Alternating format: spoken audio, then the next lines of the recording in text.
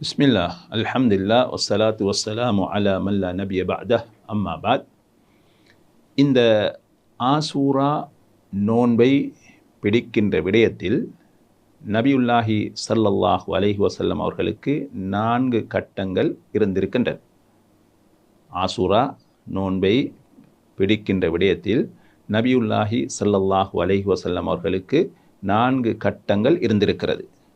அதில் முதலாவது என்னவென்று சொன்னால், நபியுல்லாஹி ஸல்லல்லாஹு அலைஹி வஸல்லம் அவர்கள் மக்காவில் இருக்கின்ற பொழுது அவர்கள் அந்த நோன்பை நோட்டார்கள். மக்களுக்கு அந்த நோன்பை நோக்கும்படி கட்டளையிடவில்லை.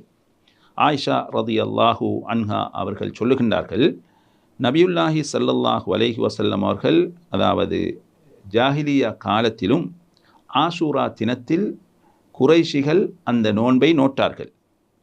நபியுல்லாஹி ஸல்லல்லாஹு அலைஹி வஸல்லம் அவர்களும் அந்த நோன்பை நோக்கக்கூடியவர்களாக இருந்தார்கள். அப்படி என்றால் மக்காவுடைய வாழ்க்கையில் நபியுல்லாஹி ஸல்லல்லாஹு அலைஹி வஸல்லம் அவர்கள் அந்த நோன்பு வைத்திருக்கின்றார்கள். மக்களுக்கு அதனை பிடிக்கும்படி கட்டளையிடவில்லை.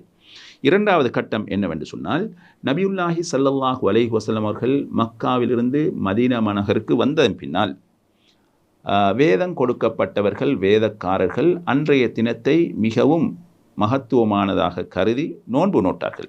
அப்பொழுது நபி ஸல்லல்லாஹு அலைஹி வஸல்லம் அவர்கள் நோன்பு வைத்து மக்களுக்கும் நோன்பு வைக்கும்படி கட்டளையிட்டார்கள். எந்த அளவுக்கு என்று சொன்னால், சஹாபாக்கள் தங்களது சிறிய பிள்ளைகளை கூட நோன்பு நோக்கும்படி செய்தார்கள் என்ற செய்தியை நாம் பார்க்கின்றோம். இது இரண்டாவது கட்டம்.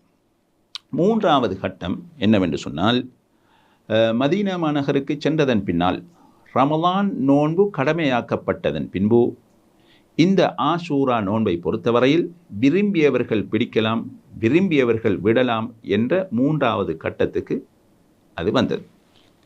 நான்காவது கட்டம் என்னவென்று சொன்னால், நபியுல்லாஹி ஸல்லல்லாஹு அலைஹி வஸல்லம் அவர்கள் தன்னுடைய இறுதி